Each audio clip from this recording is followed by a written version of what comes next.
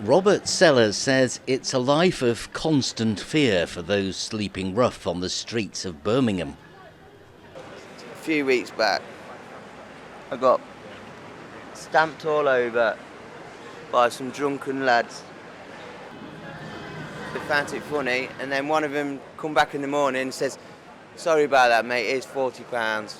I had a gash to my head and now it's got infected."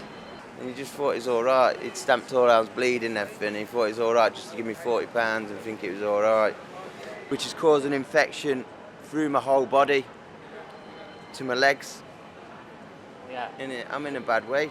It's hard out here, it really is. I've been in and out of hostels, I've been in shared houses, but it's just always broken down because of relationships.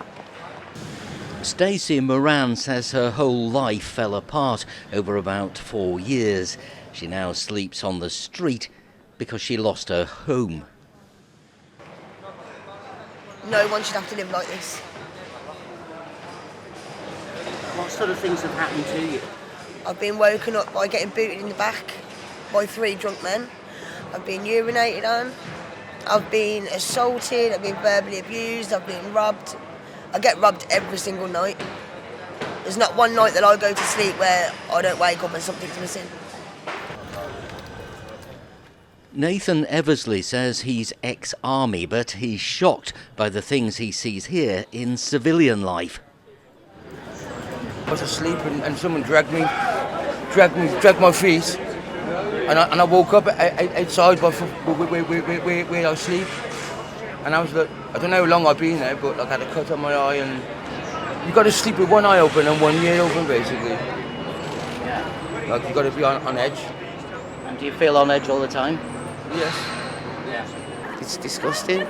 It's like, you're always walking about. You never, you're constantly tired. Your feet are hurt. I've got trench foot. Do you know what I mean? Right? Yeah. Just continue walking, and obviously I beg and ask people for money and that. Do you know what I mean? And the abuse I get. I mean, I've been punched in the face and all sorts, mate. Do you know what I mean? Right? Yeah. Because that's how we're treated. We're treated like scum. Homeless people we spoke to agreed there are places to go to off the streets, but the reasons they remain here are complex and individual. How did you become homeless? I went to prison. I was only in prison for 5 weeks. I was in a shared house. When I got out, there was no place in the shared house for me no more. You get to a stage when you've been on the street for a long time. It's like being in prison. You get institutionalised, and some people get into that way, like of being homeless, like that they find it hard to settle back into the community of living in a house. There's places, but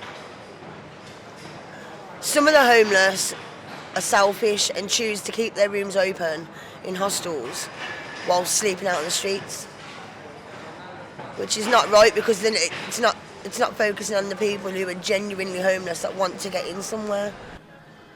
Robert Sellers of Burton-upon-Trent says he was a trained electrician but ended up here after a relationship breakdown. He says he couldn't get benefits or a home because he didn't have a fixed address. I've only just started up benefits because I never had an address, and I was only told yesterday that I could use someone else's address. So I've been struggling all this time, but now I've still got to wait 5 weeks before I get any money now. It's just, I can't win. I'm more than frustrated. I'm suicidal some days.